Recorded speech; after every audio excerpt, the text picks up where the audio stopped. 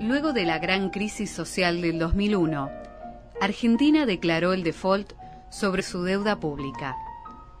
En el 2005 y luego en el 2010, esta deuda se reestructuró.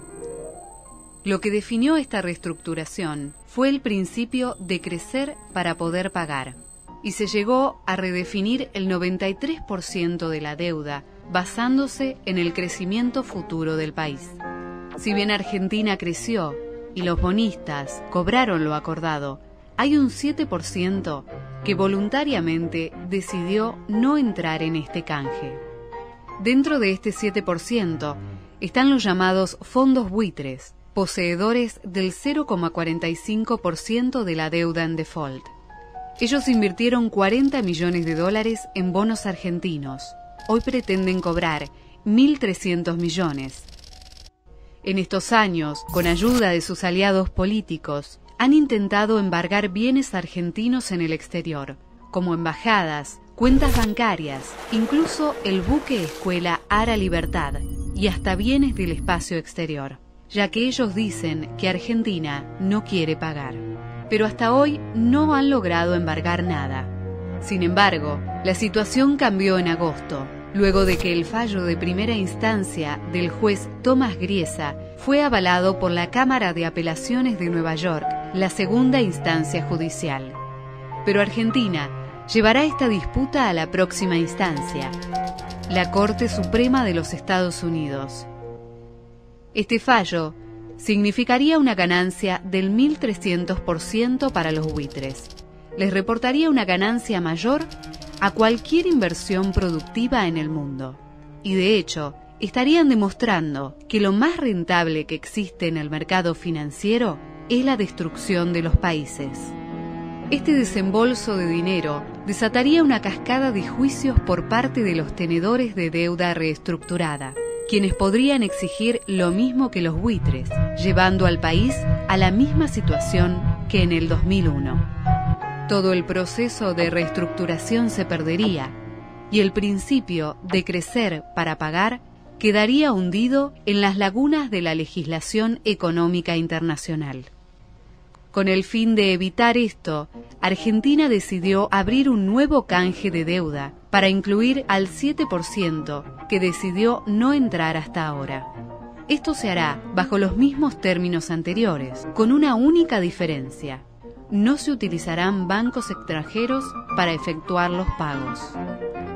¿Qué son los fondos buitre? Han sido definidos como usureros, evasores, luchadores contra la corrupción y hasta bonistas de buena voluntad. Por definición, un fondo buitre es un fondo de inversión que recibe dinero de diversos bonistas y que luego invierte en la deuda pública de alguna entidad que se considera débil o cercana a la quiebra. Luego, hacen uso de su maquinaria para reclamar pagos exorbitantes. Tomaron protagonismo en Latinoamérica luego de la crisis de deuda de los 80. En 1996, en Perú, el fondo Elliott del multimillonario Paul Singer obtuvo una ganancia de 490% de su inversión inicial.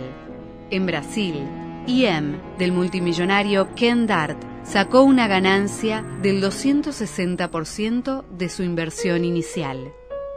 También han sobrevolado otras economías de la región, como Ecuador, Nicaragua y Panamá. En el 2007, el fondo buitre Donegal International adquirió deuda de Zambia. Con esta deuda contraída en los años 70, el fondo obtuvo un 580% de ganancia. En el 2009, los fondos Hamsa y World Capital demandaron a Liberia por una deuda contraída en 1978. Los fondos obtuvieron esta deuda a precio vil durante la oscura época de fusiones bancarias en el mercado financiero estadounidense. Los buitres exigieron el pago de $20 millones. Obtuvieron $1 millón. Liberia es uno de los 15 países más pobres del mundo. En el 2003, los buitres atacaron la República Democrática de Congo, oficialmente el país más pobre del mundo. Compraron deuda del Congo contraída con Yugoslavia en los 70. El buitre FG Hemisphere compró la deuda por $3 millones y finalmente ganó el juicio por $100 millones.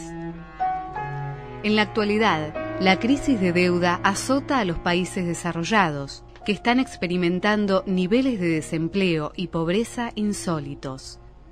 En Europa, la crisis de deuda se profundiza cada vez más. Grecia va por su tercera reestructuración.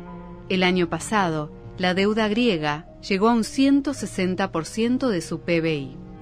Recientemente obtuvo una quita del 75%, pero se volvieron a endeudar en 130.000 millones para recapitalizar a los bancos y seguir pagando la deuda.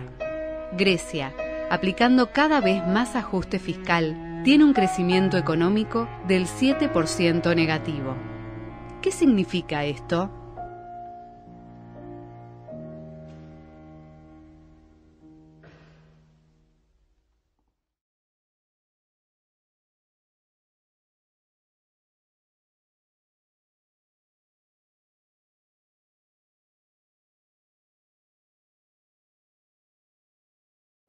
¿En qué terminará toda esta batalla legal y política?